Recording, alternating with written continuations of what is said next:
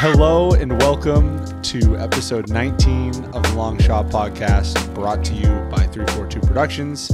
As always, I'm your host, Duncan Robinson, and I'm here with my good friend, Reid. You thought we were gone, but we're back. Briefly. We had you fooled. We duped you. Yes, we are back, virtually this time, but still great to be back. Yeah, very virtually. Davis is back in Kansas City.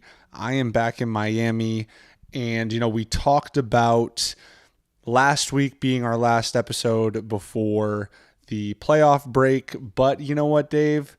We just decided this week has been unique in a variety of ways, particularly with the play-in. We'll get to that a little bit later, but, we had some downtime this week, obviously playoff prep and all that sort of stuff, locking in on the series coming up. But at the same time, we figured, let's put a bow on the regular season altogether, the first 18 episodes of the Long Shot Podcast, and let's just, tie it into one. And then from now, we will truly actually go on a brief hiatus. Right. Yeah. Right. We considered taking a break, like you said. Last week, we were a little unsure how things were going to shake out with the play-in game, but the Heat found a way to get to the 6th seed, avoid the play-in game, which gave you a little time this week. So we couldn't stay away. We thought we'd come back, and we got some good stuff this week. We're tying up the regular season, like you said, with some NBA awards, the first annual Long Shot Awards. The Inaugural, I believe, is the word, because they will be a repeating customer. They'll be back just because we feel like this award ceremony, whatever you want to call it, has a lot of potential. I think it's going to be fun. So we're looking forward to that for sure. Before we dive into that, though, Davis talked about how we finished up the regular season and avoided the play-in. I actually want to talk about a moment from those last couple of games. And for me, it's truly, and I don't say this facetiously or sarcastically, I mean this. It is one of my favorite moments I've ever experienced while wearing a Heat jersey. And that was the 3 minutes that Udonis Haslem played against the Philadelphia 76ers on a Thursday evening on TNT. I was fortunate enough to be in the building for that. I was in Miami, and it was electric just when he got up to check in, because he hadn't played a second yet this season, which, don't correct me if I'm wrong, I don't think it counts as this. There's some rule where it doesn't really count unless he checks in. So he needed to get a game in. And so this was the last home game in Miami. And so he got up to check in the second quarter, and people just started to lose their minds just to the fact that he was going into the game. But then what transpired was just gold. Yeah, we'll get to what transpired. I want to give the situation a little context first. So, a big game for us. We're going up against Philly. A big game for them, truthfully, as well. They were kind of jockeying for the first seed. Obviously, they ended up getting it. But there had been reports that Joel Embiid was kind of questionable. I think he was kind of battling an illness or something. And it was actually, there were some rumors flying around that he actually wasn't even in Miami the morning of the game and that they brought him in to play in this game. So for us, it was like, all right, we're catching private flights to come play the Heat. Like we were all fired up. And in one of our kind of like pregame talks, it was alluded to that we would be throwing basically like the kitchen sink at him. We knew he was going to be coming out, trying to, he's in the mix for the MVP. This was like a big opportunity to like make a statement, all this stuff. And one of the kind of comments that was thrown out there is that we're going to throw multiple centers at him. But it was specified that it wasn't going to be just two. So when I hear that, I'm like starting to pick up, like, he's not saying what I think he's saying. And then of course, I think it was maybe late in the first, maybe early in the second. I'd have to go back and watch. I think it was late in the first. Yeah, late in the first. Coach Spo looks down the bench, gives the nod. Udonis Haslam, it's your time. The place erupts. American Airlines, sorry, FTX Arena, Right. goes crazy. Everyone is on their feet. He checks in, and this is the best part. People are like, oh, this is kind of feel good. We're up at this point, so maybe, I don't know, people are thinking like, oh, this is kind of feel good. Udonis gets to play in the last regular season game in Miami, blah, blah, this stuff. No, this guy, UD, was coming out to leave his mark on the game, and my goodness, did he ever. I think his adjusted 36 minutes a game, whatever it is, stats were like 70 points. I don't know what it was. Basically, anyways, in 3 minutes he had 4 points. One of them should have been a dunk. He kind of got like undercut a little bit. He had the patented UD baseline jumper, a couple rebounds adding on to his franchise record rebounds that he has. But once again, the greatest of all the moments wasn't a layup, wasn't a jumper, and certainly wasn't a rebound. It was the altercation with Dwight Howard. Right. And, Dwight is just generally speaking, very physical player, particularly when the ball goes up in the air, whether it be rebounds offensively or defensively. That's when he kind of leans into just his physicality.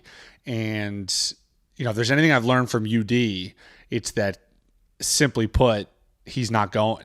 Like, he's not having any of that. And I remember seeing the first kind of like clash. And here's the thing. People talk about, because UD, he's not really, he's 6'8", probably, I don't know exactly, maybe like 235, but he is strong. Like one of the strongest people I've ever come across. His frame might not suggest that, but I know, and people know, like people certainly on our team know how freaking strong he is. So I see the first ball go up, and it's like this, they have their first like clash. It's like Dwight and UD jockeying for a rebound, and it stays relatively tame. I don't exactly remember what happened, but I remember at this point I'm on the bench, I remember turning to Max Strus and saying, something's going to happen here. Like this is going to end in an altercation. Like I guarantee it. And then I actually, a couple possessions later, there was like kind of a dead ball and they were saying something. And I'm like, this has double tech written all over it. Like 100%. Sure enough, we get the double tech. UD thought Dwight, I don't think it was thought. I think he has some grounds there. Thought Dwight was kind of dirty with how he threw him to the ground. Of course, UD's not having any of that. Gets right up in his face, tells him about it, and you get the initial double tech, and then about 30 seconds later, UD he wasn't done. He wanted more, and that's what ultimately led to the ejection. And the place just went absolutely nuts. They went nuts. It was a pretty chippy game before that. Trevor got into it with Joel a little bit. There was some other skirmishes on the court. Like the intensity was high. You guys ended up beating them pretty handedly, but the intensity in that game was really high. And then, he came in and just elevated it to another level. You're talking about how strong he is. Dwight seems like a pretty strong dude too. That guy's built like a upside down triangle from his shoulders. Yeah. And so, to see the two of them clashing was just electric. Yeah, I think that in general, Philly's a very physical team, and we also, pride ourselves on that to some respect. But, as soon as UD had the opportunity to get out there, like that's something UD always talks about. Like, say what you want about the Miami Heat, but we're not going to get punked. So at the end of the day, when he actually had the opportunity to be out there and have his fingerprints on the game, he was going to make sure that his physicality was felt. And there's that picture of like his finger right up in Dwight's face. It's just an iconic picture. That should be up in the rafters someday, along with his number, because they both deserve to be up there. You said it perfectly. It's so funny how it started like a ceremonial thing. Like, oh, UD's going to get his seconds. He's going to check in, hits a jumper, gets a layup, gets some rebounds right off the bat, and then just leads to all that. I'm like very curious, or would have been curious to see what it would have led to, because he was balling. Like he was playing great. He might have gone for 20 and 10. Legitimately. Like, and I'm not saying that as a joke. Like he has, people forget, like, he's obviously a legend in South Florida for so many reasons, but he has some serious game as well. And, that was his first time he checked in all year, but he grinds. Like behind the scenes, he's working, lifting, always making sure he's in shape and ready to contribute. Here's your per 36 stats for UD on the season. 48 points per game, 12 rebounds, 100% from the field, 1 fight per minute. I love it. That's beautiful. I mean, come on, it's elite. It's truly poetic. So yeah, I just felt it would have felt disingenuous if we didn't talk about that. Dave, everywhere I go, I keep hearing about HelloFresh. It is the creme de la creme of packaged meals. With HelloFresh, you get fresh, pre-measured ingredients and mouth-watering seasonal recipes delivered right to your door. Skip trips to the grocery store, that's old news, and count on HelloFresh to make home cooking easy, fun, and affordable. And that's why it's America's #1 meal kit. Absolutely. It cuts out stressful meal planning and grocery store trips, so you can enjoy cooking and get dinner on the table in about 30 minutes or less. I don't know about you, Dunk, but summer's approaching. COVID seems to be disappearing a little bit. I'm looking to get active this summer, so healthy, delicious meals that I can get on the table in 30 minutes or less is very important. HelloFresh offers 25 plus recipes to choose from each week, and they've got all sorts of stuff: vegetarian meals, craft burgers, extra special gourmet options. There's something for everyone to enjoy. All recipes are designed and tested by professional chefs and nutritional experts to ensure deliciousness and simplicity. HelloFresh's fresh ingredients are sourced directly from growers, delivered from the farm to your front door. That's farm to table in under a week, contact-free, of course. I just want to say I've done the meal kit stuff before, and sometimes you get kind of like a shaky meal, and it's prepackaged. You don't really know what you got. This is just not the case with HelloFresh. It's the real deal every time. And I personally have been using it quite a bit just because of, as you can imagine, my schedule is pretty hectic. So the opportunity to sit down and just in 30 minutes be able to put together a meal that is both delicious and nutritious is just high level. So anyways, go to hellofresh.com/longshot12 and use code longshot12 for 12 free meals, including free shipping. That's hellofresh.com/longshot12 and use code longshot12 for 12 free meals, including free shipping. Remember, people, that's America's #1 meal kit. After the emotionally draining year we all endured in 2020, there are positive things on the horizon in 2021. It's time to take what we learned in 2020 and start heading in a new direction. That's why, instead of just celebrating a month of mental health awareness, it should be our priority all year long. Take the first step with online therapy. For me personally, I can't stress enough the importance of mental health. I think that so much time is spent talking about physical health when really the importance should be placed on overall health and overall well-being. And mental health is just such an important part of that. And Talkspace is really doing something special. It is the #1 online therapy platform that has thousands of licensed therapists trained in over 40 specialties. That's including anxiety, depression, relationships, and so much more. Your therapist can help you set and achieve your goals. I'm a big believer, Dunk. The mind goes first, the body follows. Talkspace is a fraction of the cost of in-person therapy. Instead of waiting for an appointment, you can send unlimited messages to your therapist 24/7, and they'll engage with you daily, 5 days a week. Talkspace has thousands of licensed therapists with years of experience in over 40 specialties, including depression, anxiety, substance abuse, trauma, anger management, relationship issues, food and eating, and so much more. Now, here's the good news, Dave. As a listener of this podcast, you'll get $100, that's 100 bones, off of your first month with Talkspace. To match with a licensed therapist today, go to Talkspace.com. Now make sure to use the code LONGSHOT, that's one word, LONGSHOT, to get $100 off of your first month and show your support for the show. That's LONGSHOT and Talkspace.com. Really, this episode is about a little combination of things. One, as we mentioned earlier, wrapping up the regular season. We have some fun awards that we're going to dive into here, actually right now. Yeah, the inaugural long shot awards. Look, the media is going to debate MVP, sixth man of the year, coach of the year, first team All-NBA. We're not worried about those awards. Yeah. This is what the people really care about, the long shot awards. So, Dunk, I don't know if you want to maybe give a rundown of some of the awards we're giving out. Yeah, for sure. So we wanted to take it in kind of a different direction, as Davis alluded to. Mind you, the awards all have working titles, like most of the things we do here. We're open and willing for feedback. These are mostly kind of things that Davis and I just kind of scratch together, if you will. So basically, we have 5 awards, and for each of the awards, Davis and I both will nominate one player for the award.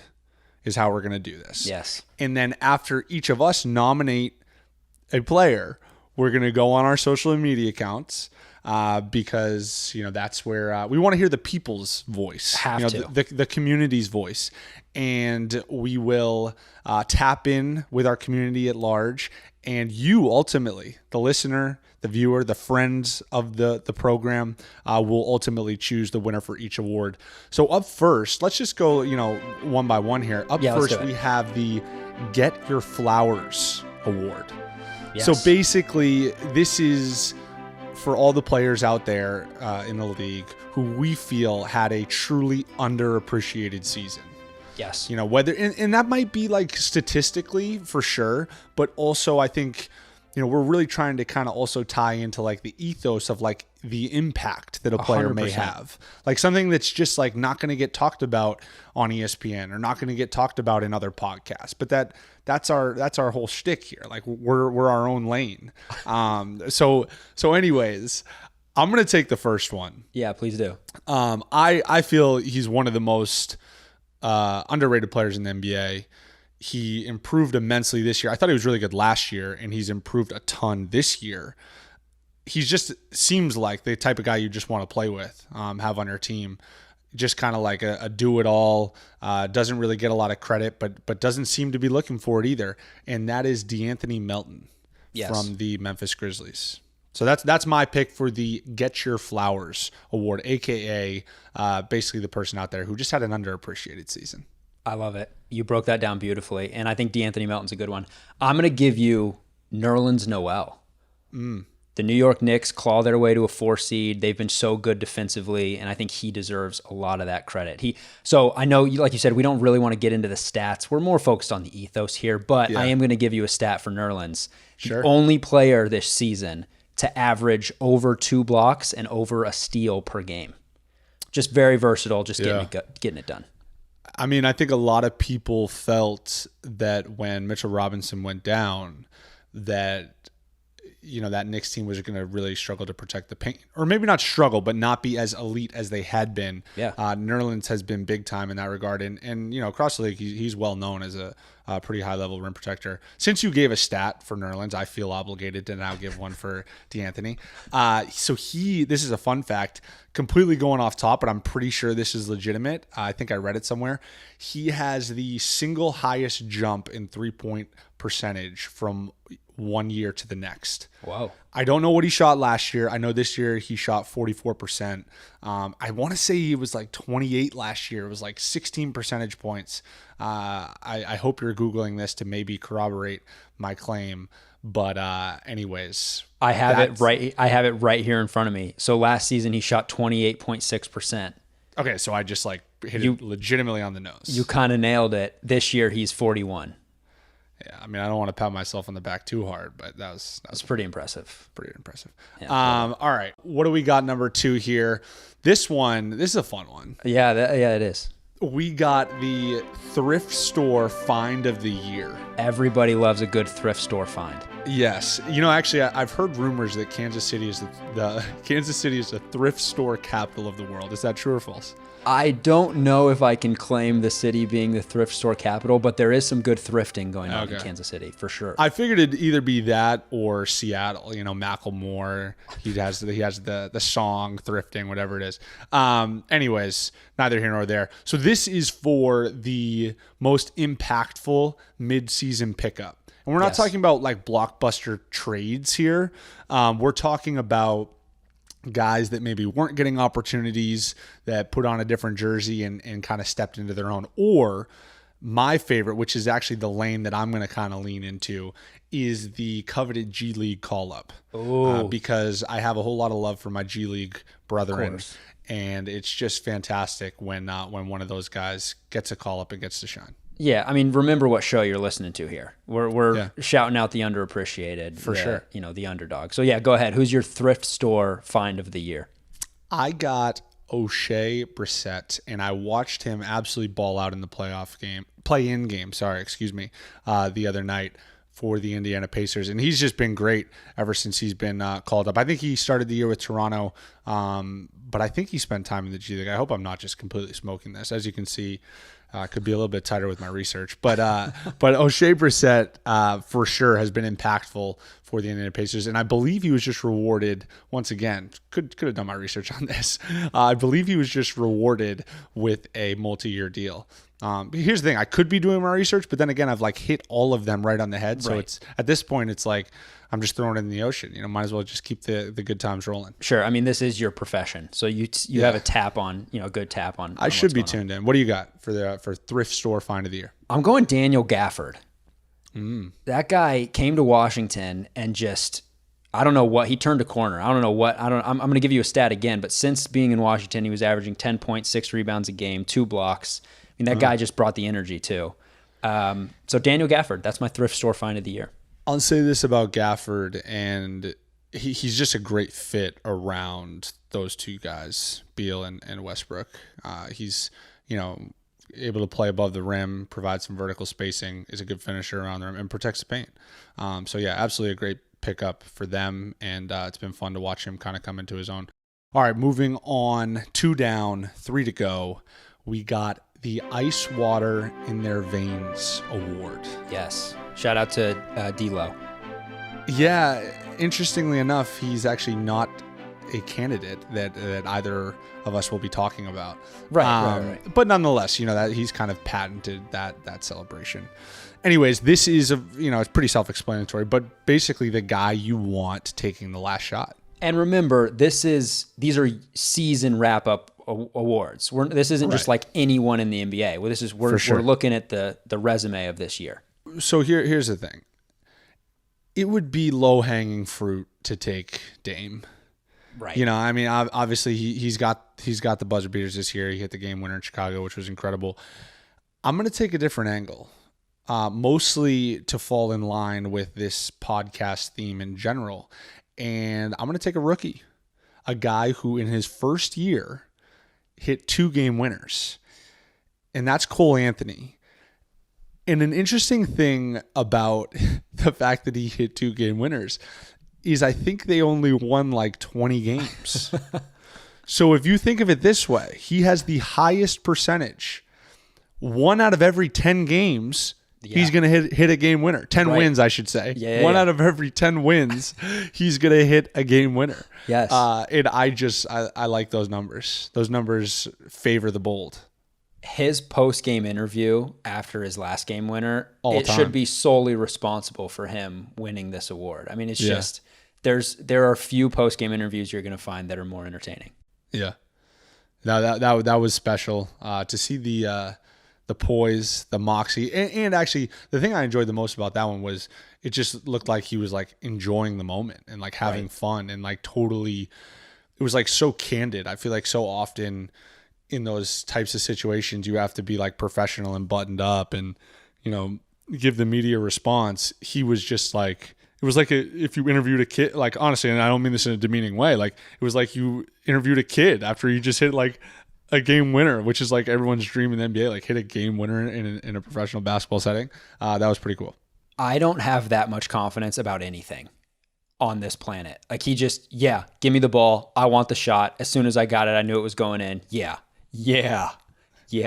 I'm like that. Electric. All right, that's a pretty good nomination. I'm gonna nominate our first All-Star. So I'm kind of being hypocritical here. You're basically breaking the rules, but I am a little bit. But again, if you're looking at resume of this year in game winners, I don't know how you don't think of Luka.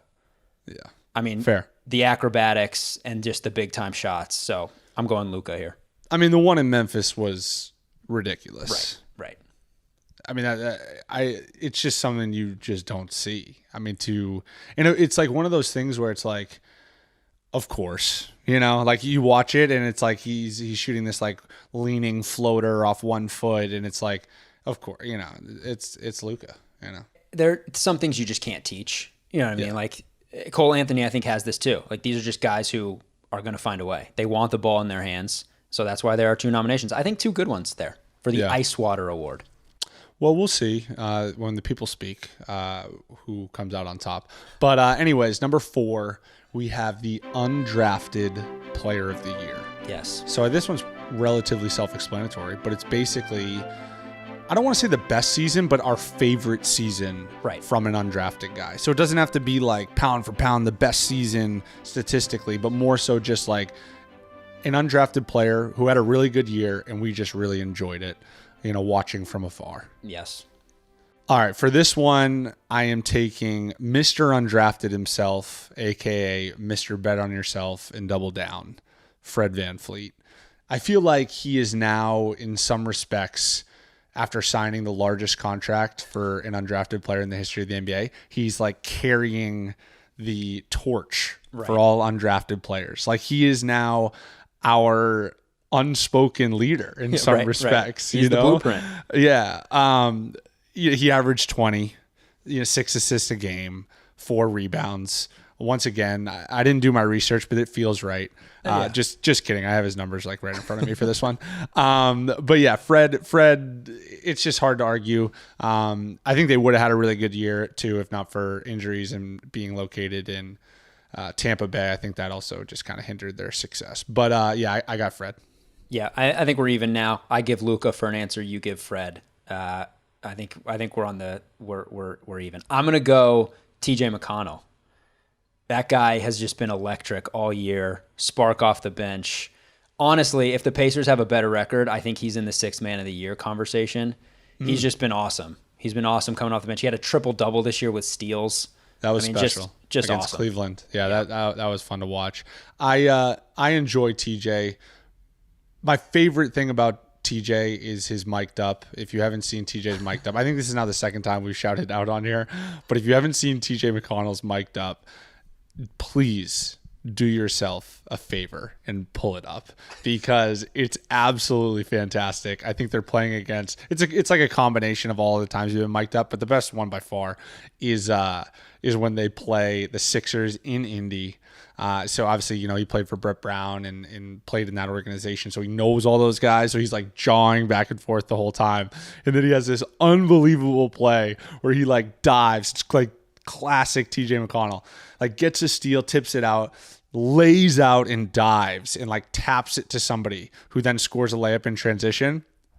And he gets up and he does the gladiator. He goes, "Are you not entertained?" He yells it to like a raucous Bankers Life Fieldhouse. He goes, "Are you not entertained?" And then the best part is they actually get the bit of him afterwards saying, "That was the coolest thing I've ever done." And he's like going up to people. He's all giddy. He's like, "Did you hear what I said? I did the gladiator." I said, "Are you not entertained?" It's so good. Anyways, that's a tangent, but love it. You got to watch that because it's fantastic. Oh, I love it. All right, moving into our last one, Dunk. Yes. The 5th and final, we have just, of course, we're the Long Shot podcast. Of course, we're going to have the long shot of the year. Easy money. And this just boils down to the guy who, or girl, even though they're NBA awards, so we'll say guy, actually. Just guy for now. The guy who overcame the odds, the steepest odds, if you will. And this year has been one full of, fun and heartwarming stories, for sure. But I got none other than my college teammate, Karis LeVert. If we had him on the podcast, but just to see what he had gone through in terms of, you think for a second after that trade and having the MRIs come back as they did, that maybe let alone your basketball career, but maybe your life is entirely drastically changed. And then to see him back out on the floor afterwards and he had a really strong finish to the season, averaging 21-5. Once again, I'm fortunate to see him kind of go out due to these protocols and not have an opportunity to play in these playing games is tough. Yeah, I want to give you a hard time for showing favoritism to a teammate, but it's hard to argue against Karis' story. He's got a great story. Friend of the pod now too, I think we can say. So true, absolutely. Yeah, that's a good one. All right, I'm going to go Juan Toscano-Anderson. Guy's on a two-way all year, playing his heart out. I think back to that clip earlier this year of him diving over the scores table for a ball, crashing into the TVs, the monitors. I mean, just doing it all for Golden State. Gets converted, I think this month, a week or two ago. Yeah. Deal gets converted. He's got a pretty incredible story. I mean, he grew up in Oakland as well, in that area. Or I don't know if it was Oakland, but at least the Bay Area. So grew up like a Warriors fan. And then to realize his dream of playing in the NBA for his hometown city is pretty special. But he just also his path. I mean, I remember reading somewhere that he averaged like 4 points a game as a senior in college at Marquette. Had very limited professional opportunities, went to go play professionally in Mexico. Yep. And just kind of, meandered his way up to, like you said, getting a fully guaranteed contract is pretty special. So 2 great options. Interested to see who the people select on that one. Yeah, love it. So there you go. The long shot awards. There they are. 5 of them. Like Duncan said, we'll post these on social media. We want to hear from you guys. Which winner or who wins each award. So that right there wraps up the inaugural Long Shot Awards. We had some fun kind of piecing them together and coming up with some different answers. We hope you guys participate on social media. I think we're going to do some Instagram polls. Is that the direction we're leaning right now? I think so. That feels right. It does. So yeah, that'll be fun. But I will say, Dave, first stretch, if you will, the first go around, the first 18 episodes, it's been a fun little run here. And that's not to say that maybe sounds like we're like wrapping something up, which we're not, of course. We're going to be back with vengeance after this season. But I got to lock in on a playoff run here. Yeah, no, it's been a blast, man. It's been a blast. And yeah, you've got bigger and better things to focus on. And that's no slight to the podcast, but we're trying to win a championship. So you go lock in. And then we'll reconvene, hopefully in like late July. Yeah, that would be ideal. I'd actually heard some whispers, Dave. Some people were asking. They were saying that while I was obviously focusing on the playoffs, they wanted you to keep the podcast going solo dolo. What are your thoughts on that? Oh, I could never. That's like, come on now. This is a dynamic duo here. What, you think I would just leave you behind like that? What happens if I just start having elite interviews and then I realize I don't need you at all? Like, that's a risk I'm not willing to take. Yeah, I mean, that wasn't really a trick question. I appreciate how you answered it. I mean, full disclosure, I think you could carry it on your own. But I will say, I would feel a certain level of FOMO, to be tuning into the podcast and just hearing you and whomever chopping it up. I would certainly be feeling left out. So anyways, that pretty much does it for this episode. It was brief, of course, no interview, but yeah, we at least wanted to touch base with you guys before going dark here for a little bit. The social media accounts, which I'd also like to clarify this. I don't run or have anything to do with the social media accounts. I don't either, man. I don't know who's running those accounts.